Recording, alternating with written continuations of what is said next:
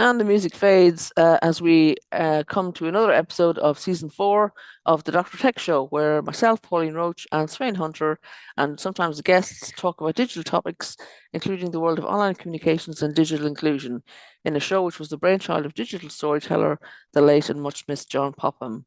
So, weather check, Sweyn. How has the weather been this week where you are? Well, after a really poor week of freezing cold north winds and horrible rain, we've had a lovely few days, which is good because we're bang in the middle of the St. Magnus International Festival, which is basically a music festival, a contemporary classical music festival, but there's all sorts of other events outdoors and all over the place. So it's good that the weather is good. How's the weather in Birmingham? It has been fantastic. Yesterday was a small event called Queen's Heath Pride in King's Heath up the road from me. So I went along with a friend, and the weather was the stones were being split. I have to say, so hot. I mean, great for festival goers. Not sure how good it is for festival, stall holders and performers, but Quite exactly. lots of smiles and yeah, lots of sales hopefully being made as well. So good luck to them. Yeah, really good. Good, good.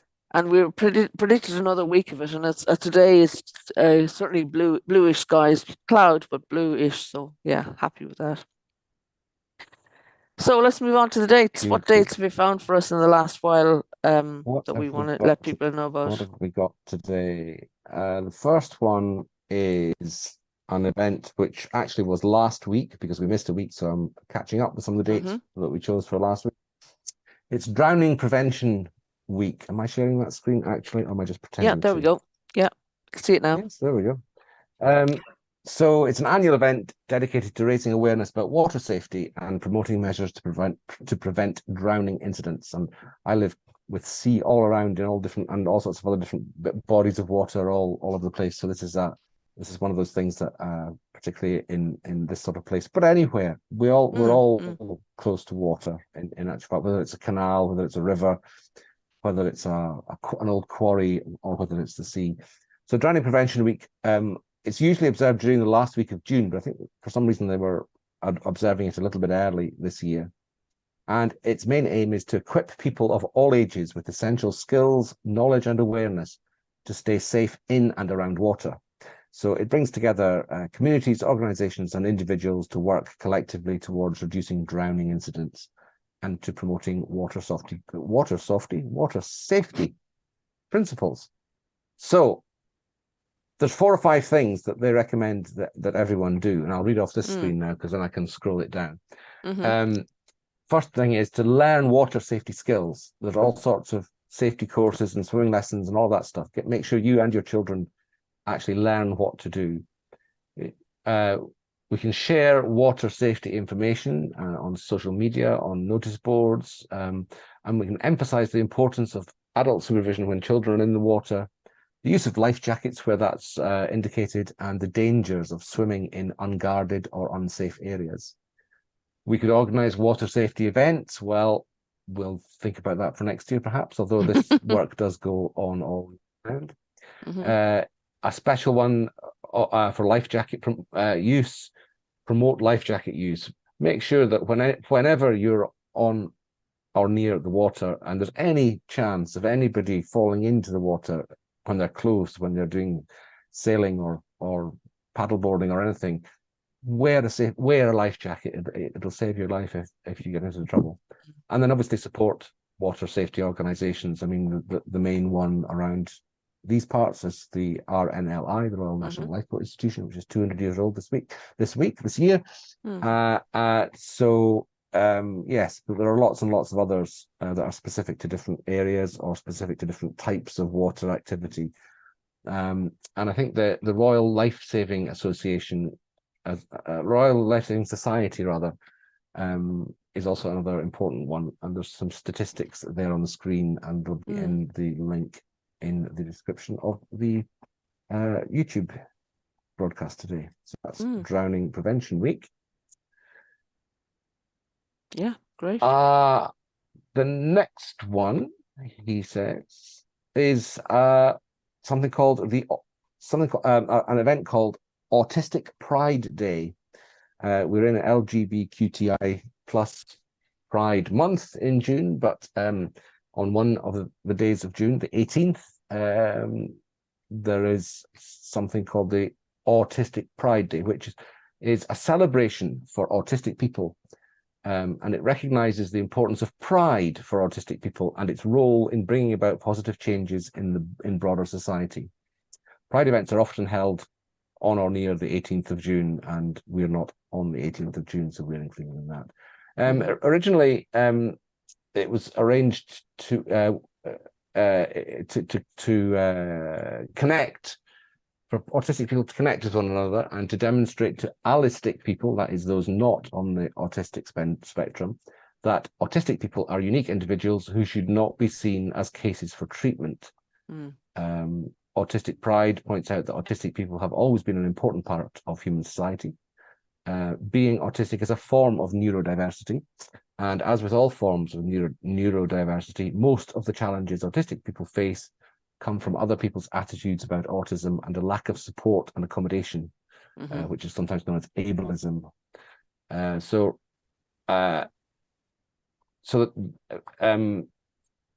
Joseph Redford was an organizer for Autistic Pride at London's Hyde Park, and he made a speech a few years ago in which he said that Autistic Pride is not about a single day or event, but it needs to be a thing that is recognised all year round. Now, there is a brilliant website called the Autistic Empire, which has got a kind of big Star Wars theme to it as well, the Empire in Star Wars. I think it's Australian, and that's another good website that will be in the set of links on today's show. That's really good to see, because a lot of the time autism organizations in the past have used a symbol of a jigsaw and like a missing piece in the puzzle. And to my knowledge, autistic people don't like that. They don't see that as a good representation. No. So that is it a Google sign that, is that what you call Google? That symbol? It's kind of infinity sign. Yeah, infinity. Sorry. Infinity sign. Yeah. Good to see. And it represents so the different colors in it. Gold is used because the chemical symbol for gold is AU, autistic, but other colors mean other things as well. Okay, cool. I didn't get to that bit as I read it. Yeah, no, that's cool. So the final date that we have is International Women in Engineering Day, and I suppose everybody knows that until quite recently, engineering has been a very male-dominated profession. It probably still is, in fact, but International Women in Engineering Day is on what date is it? On the 23rd of June. So that was yesterday. And it's brought to us by the Women's Engineering Society, which will celebrate its 11th year in 2024. And once again, they'll be promoting the amazing work that women engineers across the globe are doing. And this year's theme is #enhanced by engineering, as we saw on the website there before I scrolled it down. The day gives women engineers around the world a profile when they're still hugely underrepresented, with 2021 figures indicating that in the UK, only 16.5% of engineers are women. And as the only platform of its kind, it plays a vital role in encouraging more young women and girls to take up engineering careers. Now, a few years ago in the Orkney International Science Festival, we were very pleased to welcome an independent researcher called Dr. Janinah Baker to give a talk about this. And it was here she is. It was in the day in 2020 when it was our first online festival, but nevertheless, Nina gave a talk. And rather than me talk about her, I'll just play you the first couple of minutes of the video that was the recording from that day, which explains what's going on. I should point out that the event she was delivering, that her talk in, was an annual memorial lecture from Joe Grimmond, who was for many years from about 1950 until about 1980s, the MP for Orkney and Shetland. So we'll play this video. Great. So over to you, Georgia and Johnny, to introduce Dr. Janinah Baker. Thank you. It's my great pleasure to introduce this year's Grimmond Lecture. Named in honour of my grandfather, Joe Grimmond, it's an annual event of which he'd be very proud. Over the years, it has covered topics wide-ranging and important and drawn an illustrious list of speakers, and though virtual, 2020 is no exception. Today, we welcome Dr. Janinah Baker to the screen to tell us about women in shipbuilding. Dr. Baker is an independent historian who focuses on women in engineering and construction in British history. She began her career on the seas, becoming a merchant navy deck officer upon leaving school. Later, she went on to study engineering design at the University of Warwick before completing a PhD in the durability of concrete, a hard topic, no doubt. Stints in politics and education followed, but these days she champions women, past and present, encouraging girls to study STEM subjects, science, technology, engineering and maths, while uncovering little-known stories of the women who built this country and the things in it. Her book, Adventures in Aeronautical Design, The Life of Hilda M. Lyon, was published in June this year. It charts the career of an exceptional woman who not only played a crucial role in the early days of aviation, but helped make submarines safer during the Second World War too. While my grandfather was no scientist, and certainly no engineer, he would wholeheartedly approve of Dr. Baker's work. He too thought women were underrepresented in all aspects of public life. Writing in his memoirs, "I have long believed that women should play a much bigger part in our affairs. Indeed, I sometimes think that without such a change, the human race may well be doomed." On that note, I hand over to your speaker this morning, Dr. Janinah Baker.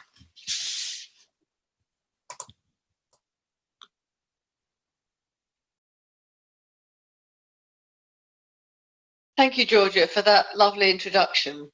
When the Orkney Science Festival asked me if I would be willing to come, ideally, originally, of course, to Orkney itself and give a talk, they wanted me to fit in with this year's theme. It's the year of oceans and waterways and everything to do with water and maritime things. So this talk is about women in shipbuilding. Shipbuilding was and only recently has stopped being the most male-dominated of all the engineering disciplines, and it's only in very recent years that naval architecture departments at universities have started having full-time female lecturers in the subject. So this talk is about women mainly in naval shipbuilding, shipbuilding for the Royal Navy. Next slide, please. So who is a shipbuilder? If you said that Sir so-and-so was a shipbuilder, I think we would probably understand that he owned the shipyard. But people who work in shipbuilding all contribute to the building of that ship. And it includes many different trades, professions. There we are, and I'm muted, so here we are. That gives you a flavour of that event. And the link to the full thing, which is really fascinating, it goes right back into history and then brings it right up to date as well, will be, again, as usual, in the links section in the description of this week's programme. Pauline, I think you've got some events. Yes, I have, but I just wanted to say that was fascinating, and I loved hearing the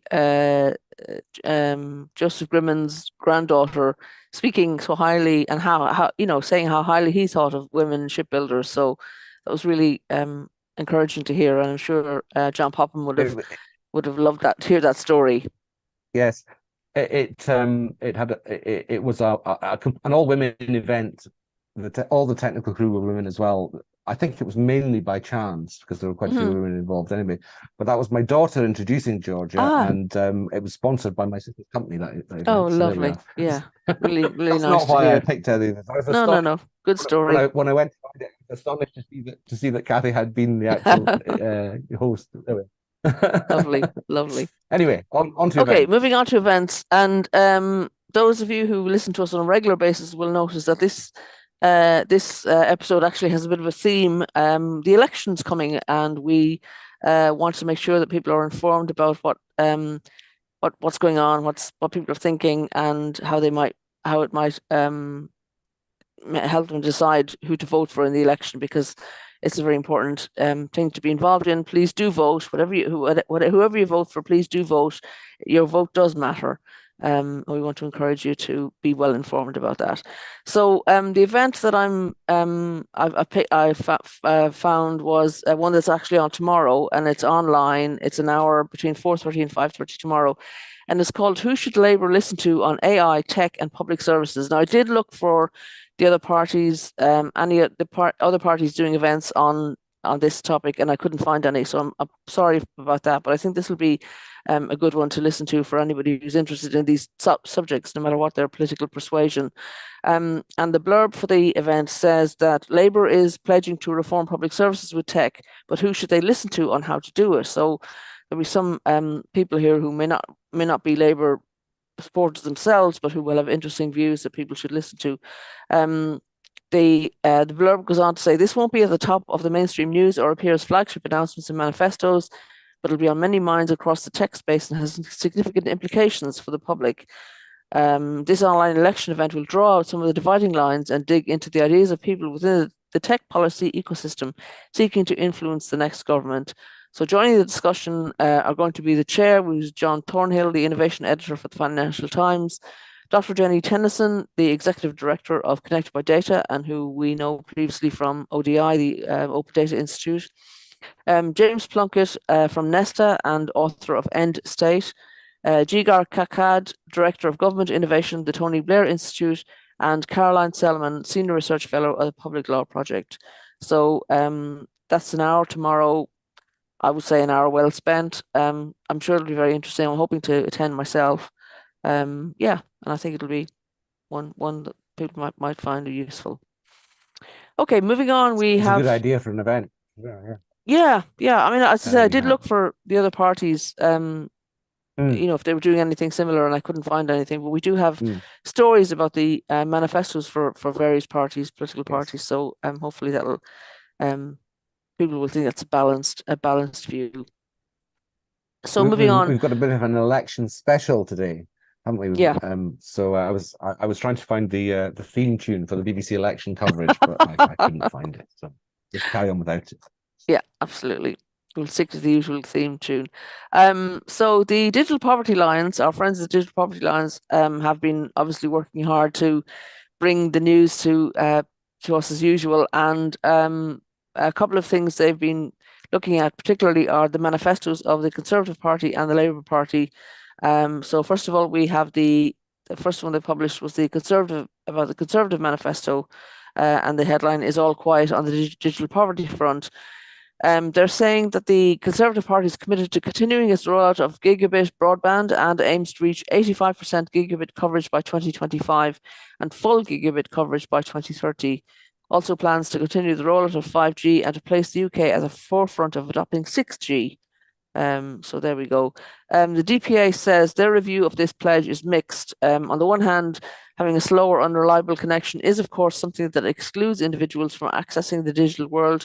But on the other, as we have seen with the rollout of Project Gigabit, just having the availability of decent broadband in an area is not enough to make sure that everyone can access it.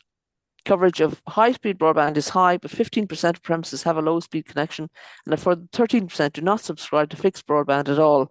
So coverage is not the only thing that matters here. Take-up matters too. If people and a household can't afford the internet bills, or if they lack the skills or confidence to get online, they won't. The next topic in the manifesto is protecting children online. So the Conservatives here have also pledged to legislate the banning of smartphones in schools and plan to consult on introducing further social media parental controls in order to strengthen the Online Safety Act. The DPA says reducing screen time for kids, which is in the manifesto, isn't necessarily a bad idea.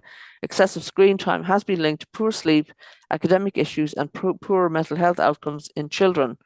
Unfortunately, they say there's been no discussion about how to tackle digital inequalities in schools. Education now increasingly occurs online, not limited to homework, collaborative learning, and parent-carer communication. This is in spite of the fact that around 20% of children are still experiencing digital poverty. So the DPA goes on to say reducing screen time and protecting children online is an important task, but it's one that ignores the needs of children who are increasingly being left behind. And the DPA feels that the solution is that children need access to keyboarded devices, laptops, or tablets rather than smartphones, and the digital skills on how to use computers safely must be taught within the classroom. And they remind us that 1 in 5 children have no access at home to devices suitable for learning.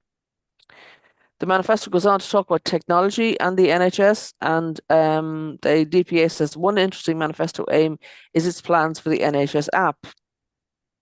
According to the manifesto, the Conservatives will make the NHS app the single front door for NHS services.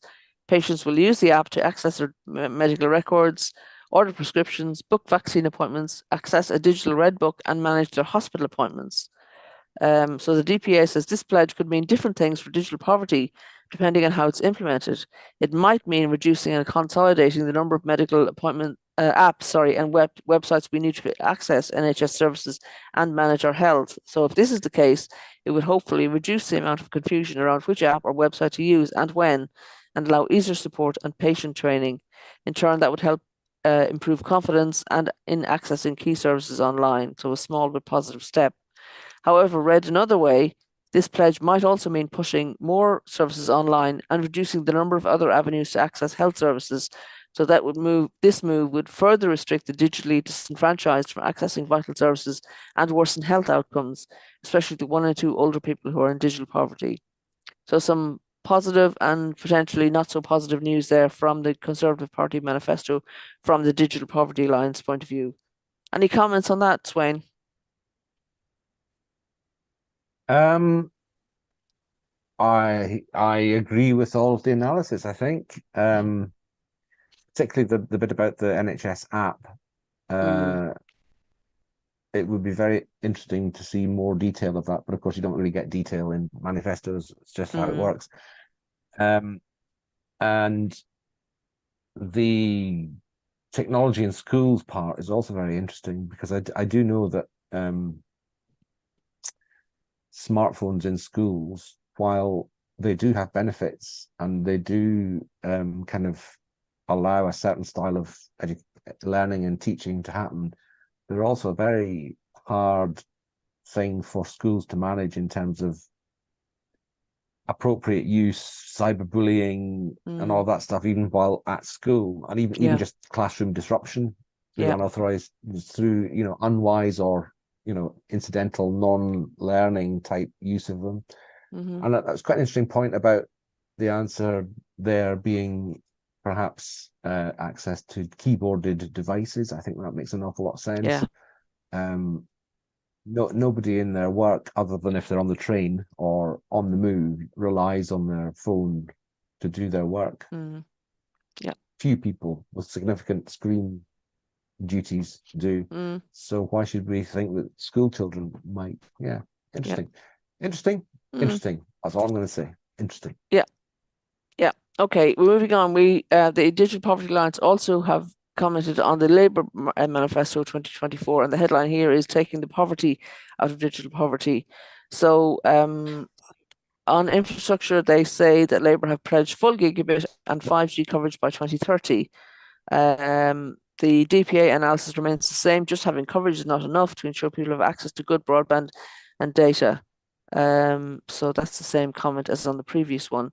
On poverty, they say not strictly a digital policy issue, but poverty is a key driver of digital poverty, and poverty is a major theme in the Labour Manifesto and lays out a number of changes to tackle it, including increasing pay for people on minimum wage by changing the remit of the Independent Low Pay Commission to account for the cost of living, abolish age bans for minimum wage workers, and banning zero-hour contracts.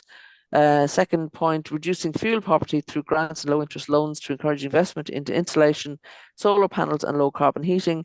And thirdly, reviewing universal credit to make work pay and tackle poverty. So the commentary goes on to say, assuming these measures are able to significantly reduce current rates of poverty, this would likely have significant knock-on effects on digital poverty.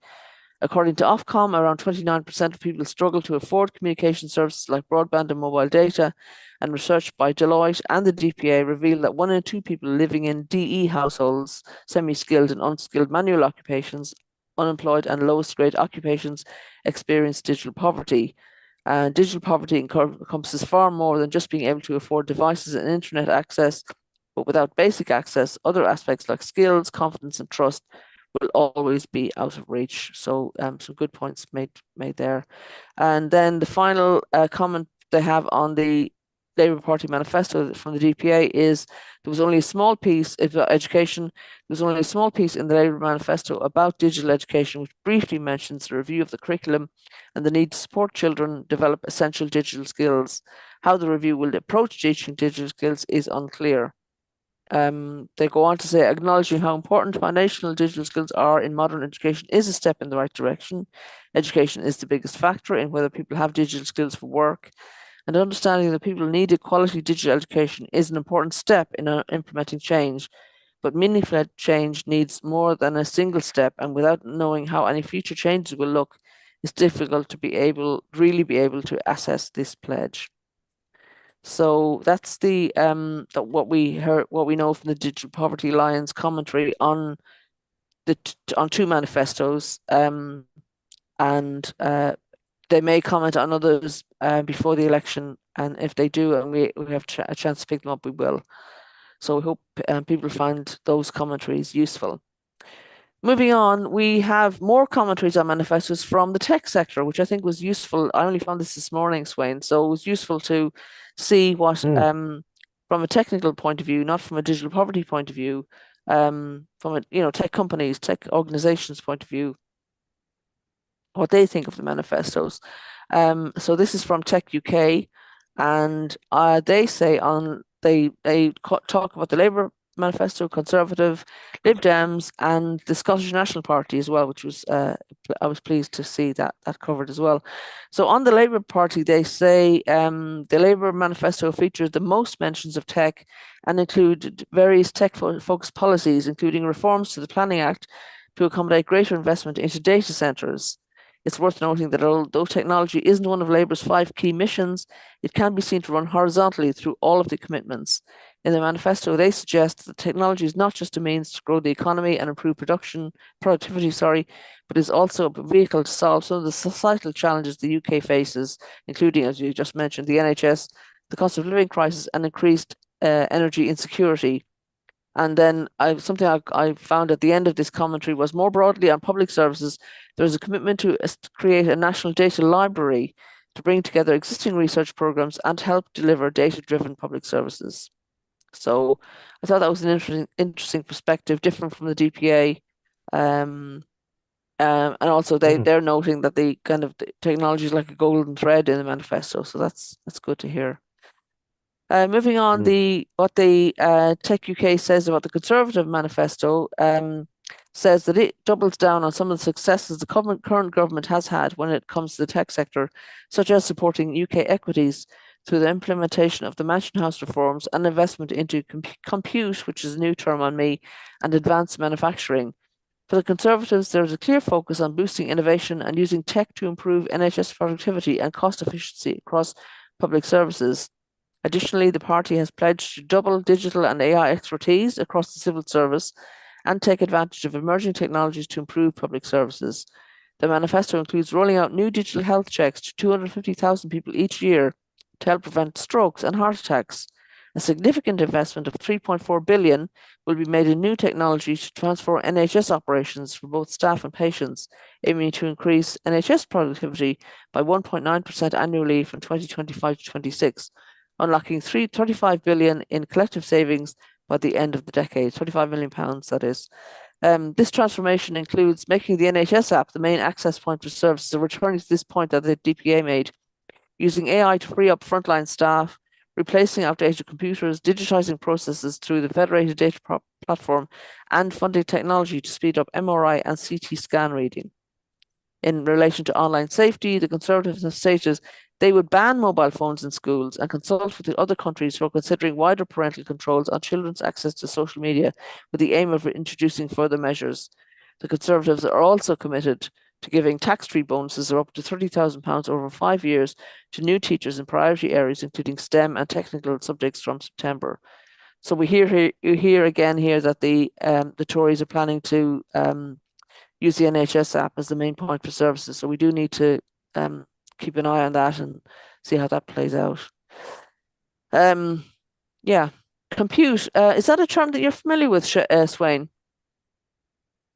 No, I wonder if it's a typo. I don't know. I've seen it. I've seen it in a few places now. So I think it's. Yeah, I think it's. I don't think it's a I typo. can't immediately make sense of it. Yeah. Okay. Look Okay. into We'll that, find out yes. more. If we find out more, we'll let you know. Yes. Okay. Moving on to the next commentary is about the Liberal Democrats.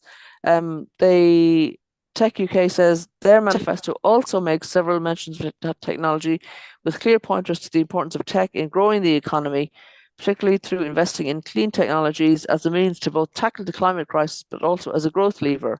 There are repeated references to tackling online safety, data privacy concerns, and the impact of social media on mental health. The Lib Dems have stated they will support a stable business environment with smarter regulation, investment in skills, infrastructure, and R&D, and in return expect the private sector to invest in skills, promote equality and good governance while supporting local communities. On public services and health and social care, the Lib Dems noted the importance of making the most of technology to empower parents, carers, and disabled people to enter the job market, promising a digital strategy to enable care users to live tech-enabled lives. In schools, the Lib Dems would put a mental health professional in every primary and secondary school, funded by increasing the digital services tax, while also committing to a UK-wide digital literacy target. So that's the first one to mention, digital literacy target. Others may have mentioned it, but the Tech UK hasn't picked it up. So yeah, not hugely different, I suppose, from the others. But the only one is that I picked out there was the main one was the digital literacy target. And finally, in this article, the Scottish National Party manifesto was mentioned, and not unsurprisingly, I suppose, the Tech UK says there's very little focus from the SNP on topics such as technology and wider economic management compared to the other parties' commitments. Instead of Scottish independence is naturally the fundamental pledge on offer, and therefore the manifesto leans into describing the opportunities posed by an independent Scotland. They do go on to say on technology, the SNP have committed to prioritising research and investment in AI, citing the need to ensure it supports public services in an open, ethical and transparent way. There's also a pledge to support the full enactment of the Online Safety Act, protecting children online and ensuring technology companies are held accountable for harmful content on their platforms. And they've also committed to introducing a statutory social tariff across energy, broadband and mobile charges. So some useful things there, and interesting to see the Lib Dems and the Scottish National Party making specific pledges that would address digital inclusion. So yeah, interesting to see what happens there. Have you heard any more about politics in Scotland and the election, Sweyn? I haven't heard anything at all about technology or digital inclusion. No. And the other comment to make, of course, is that in all the parties' manifestos, anything to do with education or health will be talking about England only, because those are all devolved to Wales, Scotland and Northern Ireland. So those topics, as well as education, which is also devolved, it's not really the election for them in Scotland in a way, because although there's a funding implication as far as how much money is spent in the UK as a whole, Wales and Scotland and Northern Ireland get a formula of funding based on that. So there is a funding component. As far as the details of the measures proposed, then they won't have any effect in Scotland or Wales or Northern Ireland. And to be debating those, we really need to wait for the Scottish Parliament, the Welsh Assembly Parliament, the Northern Ireland elections for those things. But it's interesting all the same because other than the SNP, Plaid Cymru, and the Northern Ireland parties, the other parties tend to have a similar approach to Scotland, even if the details are different when the time comes. Okay. Well, good to see the tech It's great to see community. all of them. It's there. And I suppose it's slightly disappointing that there's such a focus on infrastructure still in the two main parties. But then again, I think probably Labour does this, well, they say it explicitly about Labour, but I think it's probably true in all of the manifestos. It probably is right that technology and inclusion run right through them rather than being a specific section or specific commitments on that. I think that's probably the right approach. We'll just need to see what happens on the 4th of July and then after, I suppose. Yeah, I would like to see more on skills, per se, but yeah, we'll see what they come up with. And I also, when I was on the Tech UK website, I noticed that they have a section on how can tech improve people's daily lives, and they actually have a briefing on how can we support people to get online and tackle digital exclusion. And we usually see this, don't we, from a social sector point of view, and so this is coming from the tech community. So I thought it was interesting and worth reporting on here. For those who don't know, Tech UK is the trade association for the technology sector in the UK. They have over 1,000 members, the majority of which are UK-based SMEs based around the United Kingdom. They employ 1.1 million people across the UK with a turnover of 329 billion in 2023 and an estimated annual growth rate of 10%. So the Tech UK have prepared this briefing to help prospective parliamentary candidates understand key tech issues in the UK, what can be done to tackle these issues, and the benefits of doing so. So I just picked out this what the solutions are. They talk about the issue itself, which we're very familiar with. But moving on, you're showing the grid at the moment, Sweyn. So I think you want to show the item. Moving on, the solutions they say is to increase digital inclusion. Ofcom and Digital Connectivity Forum research shows that a circular lack of skills and will are the main causes of digital exclusion. They say the factors contributing to the reason why UK citizens is digitally excluded is multitudinous and could include access, skills, motivation, or trust. They pick out three things. Firstly, capability and skills.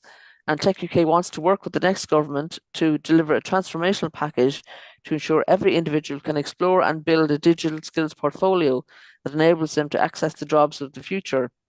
Building on the success of the government's skills toolkit and end-to-end digital skills toolkit 2.0 should be funded to make digital opportunities and pathways more transparent and accessible to more people. I didn't know there was a digital skills toolkit, so that's interesting to realise, and we'll have a look at that again in a future programme. Secondly, they say leadership from government. We recommend a dedicated cabinet office minister for digital inclusion. This would help to create a joined-up approach and strengthen the link not just between government departments, but also shine a light on the barrier that digital exclusion is to further public service digitisation. And thirdly, they say choice. It's important solutions are implemented in a way that does not prevent millions of adults from being locked out of basic free online services. Regulatory proposals, e.g. the Online Safety Act, DWP's new verification system for social tariffs in this area should remain flexible, encouraging the use of a range of tools, including varied age assurance and age verification technologies. And they finished in this briefing by saying, for digital inclusion, the Good Things Foundation has found that for every £1 invested in interventions to enable digitally excluded people to build their basic digital skills, a return of £9.48 is gained throughout their economy, with the returned net present value of 12.2 billion. Savings to the public purse are strong, with estimated benefits to the government of 1.4 billion through efficiency savings alone, plus £483 million in increased tax revenue, with the NHS expected to save 899 million. So I'm not familiar with all those figures, but it sounds, just looking at it, sounds like a good return on investment, and one we would certainly like to see more information about, so we can encourage that. So yeah. So well done, Tech Yes, UK. it's absolutely, Mm. absolutely. And we'd like to see more of the tech sector commenting to in ways that we're familiar with from, as I say, from other sectors. Okay, moving on to our friends at Promising Trouble or Careful Trouble. It's Careful Trouble, promise. Anyway, it's I think the overall company is called Careful Trouble. It's Rachel Caldicott, and she's written an article on they published a new paper on affordable, accessible, and easy to use, a radically inclusive approach to building a better digital society. And this article or this blog post is about that item, and they report stems from research they've been conducting exploring the relationship between digital inclusion and health, part of their community connectivity program and their 3-year partnership with Impact on Urban Health. And the article goes on to say, over the last 2 decades, social, economic, and technological norms have drastically changed how people in the UK are expected to gain access to the building blocks of a good life. Digital technologies have become so fused with goods, services, and everyday essentials that digital inclusion is increasingly understood as super social determinant of health. Super, in apostrophes, because of the immense way it simultaneously impacts and is impacted by each of the social determinants of health. To take advantage of the benefits offered by digital technologies and build a better digital society, the UK must shift, they say, to a digitally inclusive by design approach.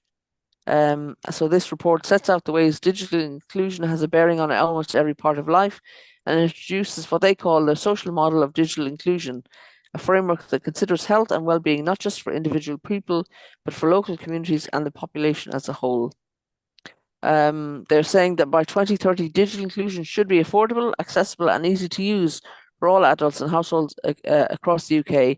And they say this can be achieved by removing economic barriers to inclusion through legislation that includes good quality, secure devices and connectivity are affordable, and the minimum digital living standards are accessible to all, and developing and enforcing an inclusive service standard that ensures essential services across the public and private sector are still accessible for those who are digitally excluded, providing offline alternatives where needed, and B, ensures essential digital services across the public and private sector are easy to use for those with low digital skills and low levels of digital confidence.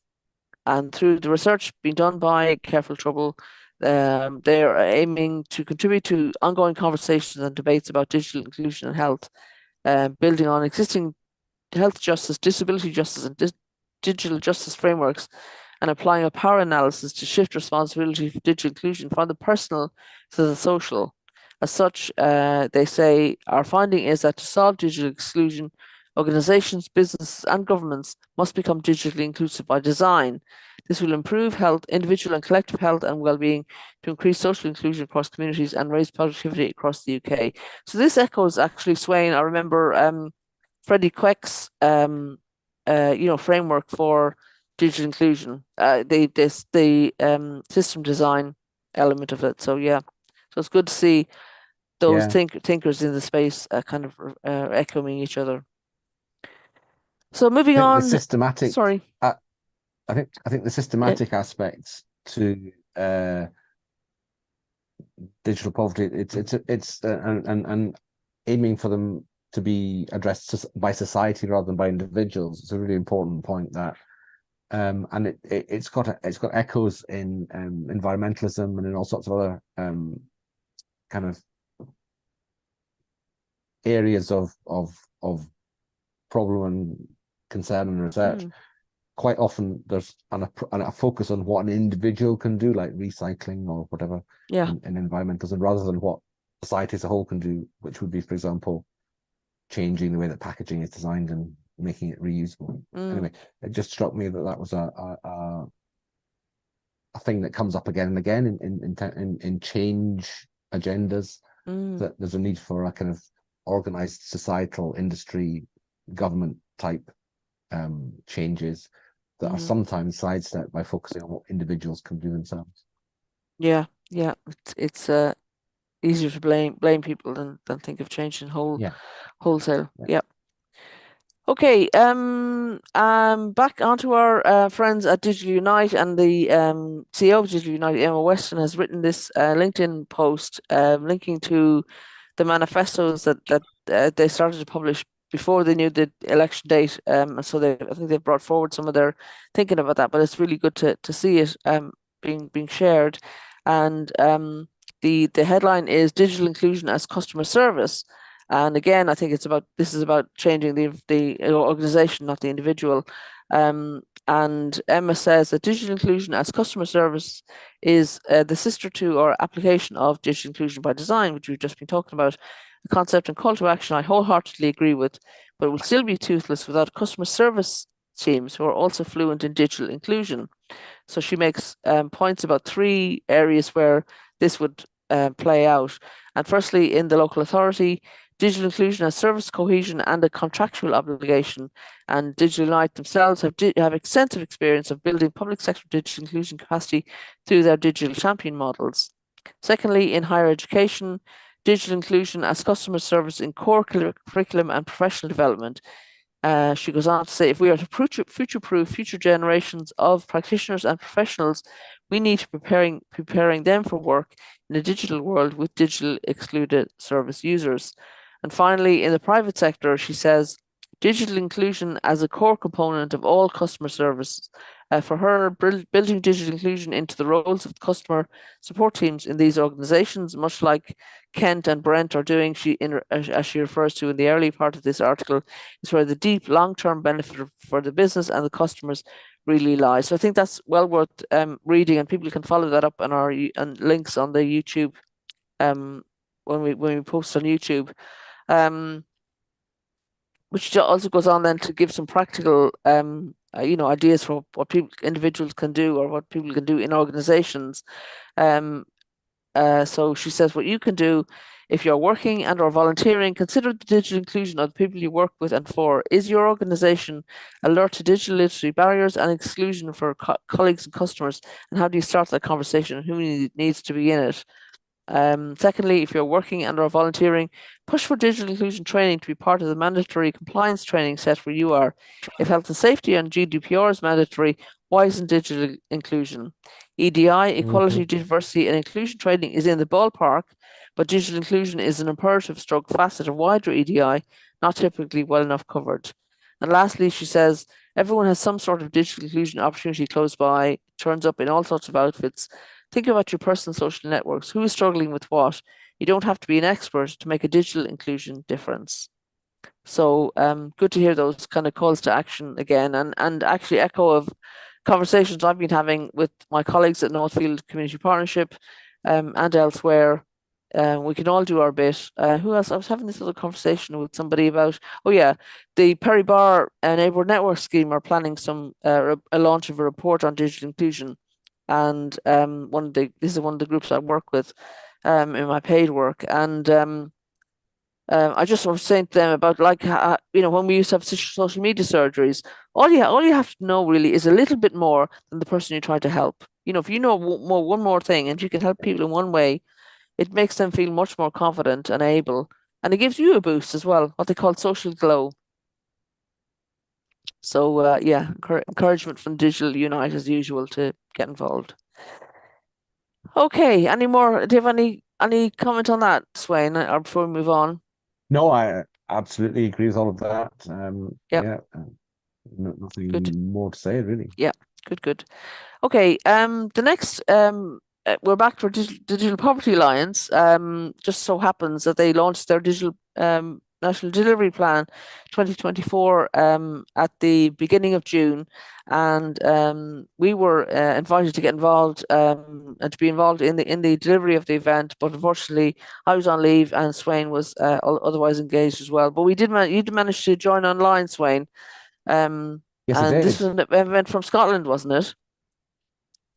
No, close. Oh, it was from I thought Carlisle sorry, I beg in your Cumbria. pardon. Cumbria. Very north. Sorry, my 50 ignorance. miles away from Scotland, roughly. Okay. Yes, very, very as far north really as you can go in England and still have a castle to have your event in. Well, it looked very good. It looked very good on screen anyway, and I'm sure it would have been lovely to be there. But they managed without us anyway, and they did a sterling event, and we will put the link into the video of the event on our screen, but it was 2.5 and only 3 hours long, so we didn't want to play all that. But basically the delivery plan sets out a roadmap for how we can end digital poverty by 2030, which is the kind of the work of the Digital Poverty Alliance.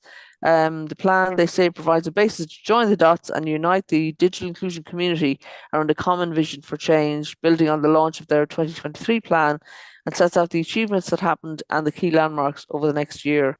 And so there were various speakers there, including the Digital Poverty Alliance and Learning Foundation CEO Elizabeth Anderson, their Joel Tiller, their head of external affairs, and various other speakers from other sectors. I think you were involved slightly, Sweyn, is that right? Commenting on the I think I in the asked a chat, yeah. I think I asked a question. I was trying to get the chat going Yeah. among the Yeah. online attendees. No, I think in all honesty, I think it was a lovely event, and I enjoyed hearing the speakers, and there were some interesting points made. But I think if you actually the way to come at this is to find the report and kind of have a look at it. Because it's really well put together, as you'd expect from the DPA. It is very clear about where it sees the priorities being, and it is kind of realistic about what's been achieved so far. One thing that I did get a strong sense of was how all the parts of the problem are kind of joining up together and working together, because they had at the launch of their own plan, they had representatives of many of the other organizations involved in this space. And I think the DPA is a particularly good example of working collaboratively with other organizations that were already active in that sort of subject, as well as trying to drive forward things and do specific actions themselves. So yeah, it was a great event, and I recommend the report. I'm going to be studying it a bit more over the weeks that come. Yeah, good stuff. And I know they also launched their digital poverty charter as well, to invite other people to get involved in the work they're doing. Right. So we would recommend that and encourage people to sign up to that too. Yes. Yeah. Okay. The government has a new government digital strategy chief, Janinah Gill, sorry, Gill, not Jill. Janinah Gill, and this is an article from publictechnology.net, and the headline is New Government Digital Strategy Chief Gill sets data sharing and system reform as priorities. And so Janinah Gill addressed delegates at the Public Technology Live conference on the 21st of May and discussed progress so far on the 3-year plan to deliver government's digital and data roadmap. Janinah recently joined the Cabinet Office's Central Digital and Data Office as Chief Strategy Officer, taking on a brief to provide strategic direction to the ongoing rollout of government's digital and data roadmap, a 3-year plan running until 2025, centering on 6 core missions, respectively covering transformed services, the implementation of one login, improved data usage, modernized tech infrastructure, digital skills, and a system that better supports transformation. So Gill told attendees she believes the use of data and systematic reform are 2 missions where she would like to see an acceleration of progress in the coming months, acknowledging some progress had been made in data sharing, which is something I'm very interested in. Some key barriers remain, including legislative challenges, which we can look at, but also partly cultural challenges and concerns about who owns the data and what is the risk of using it, particularly to support the delivery of more proactive services, according to Gill. She said, I think we need to be giving people choice at the point that they're using a service. I think that is when people will choose to make their lives easier and say, yes, you can go and pull that data together, tell me whether I'm eligible for this thing or how much tax I owe. I think we need to think differently about how we offer users choice at the point they are receiving a service. And we do have some really good examples of that in parts, she says. She said one login starts to put us on a different path in terms of a user being able to see all of the interactions with government in one place. I think it's really important people can do that, as it starts us on the journey of putting users in control of their own data and gives us the beginnings of the ability to be able to ultimately provide more proactive services to our users. The other of the roadmap's key objectives where Gill would like to make advances in the coming months is the final mission, aiming to deliver a system that unlocks digital transformation. She said that progress in this regard will partly be concerned with growing the amount of senior leaders across departments that understand, are interested in, and can talk about digital. Oh, she's singing my song here, Sweyn, definitely. Ensuring financing models and processes effectively support transformation is another key consideration. And in her final words, she was in the article, she's saying there's definitely more work to do on funding. I don't think we will ever be in a situation where we don't have any legacy technology, but we should be in a situation where we're funding services and therefore funding its ongoing maintenance and continuous improvement, rather than taking the approach of let's make this big investment and then let it atrophy. So I couldn't comment on what you might be talking about there, but yeah, I like hearing supporting leaders to be able to talk about digital and understand it better, because I do think that's it's a thing that comes up regularly on conferences, sections on culture change and getting leaders to understand what's important about digital. I'm sure you can have I relate to that in the past. completely, and Sweyn. I would say that is the thing that is good about this article and this speech and this appointment. All the rest, though, it's all could have been written 15 years ago. Right. To me, this is a damning indictment of the lack of progress over the last 15 years in Wow. central government. Mm. And yes, it's nice to hear that focus from somebody in Janinah Gill's position on skills of leaders and almost even choosing leaders who have the skills, perhaps even. But all the rest of that stuff, honestly, it's so old and so hackneyed and so such a repeat of every 3 to 5 generation of bright hope of technological change in central government. The fact that they haven't even got one login going yet, which was one of their main priorities, I think it was 15 years ago, is just totally astonishing. But there we are. I wish her all the best, because she's the new person. She has to enthuse everybody once again and try and make progress. And maybe if she does focus on leaders and their skills, she might make more progress than her predecessors. But this is not good news as far as I'm concerned, to have somebody in her position saying all these things as if they're new and as if they're a really good, it's going to transform everything. It's maybe there are better tools available now than there were when this began. Maybe it just takes a very, very long time. But I would have liked to have seen some acknowledgement of the fact that exactly all of these projects have been running for years and years and years. And if she's still needing to say they still need to be brought to the fore and to be done, then what's been going on with all those years? I'd like to see some kind of review of that.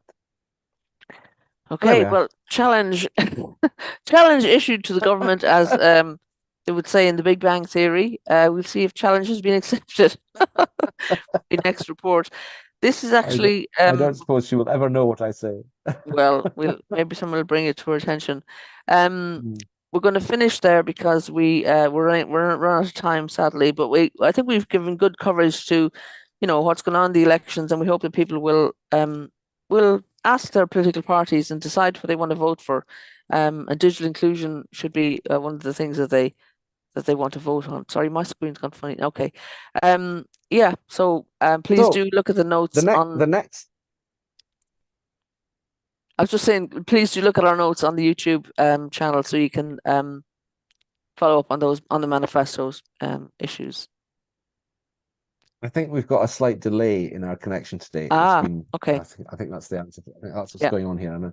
So all I wanted to say was we're having 2 weeks off now, but of course, on the 6th and 7th, it's the Saturday and Sunday of July, is the 9th Open Data Camp, when you and I will meet in person for the first time. So I'm looking forward to that. And then in 3 weeks' time, we'll be back in our respective Zoom cages. Yeah. for the next episode of Dr. Tech. So look up, if you're interested in open data and you have not yet registered to attend, there's, I believe, a couple of tickets. There's maybe a waiting list. look up Open Data Camp in Manchester, and you'll find all the details there. Yes, and we'll be back on your So, I think screens that's on it. the 15th of July. Yeah, that's it. Thanks very much. That's it. Take care Right. and have a great week. Okay, Great. bye. And we'll see you soon. I'll see you soon. Yes. Bye.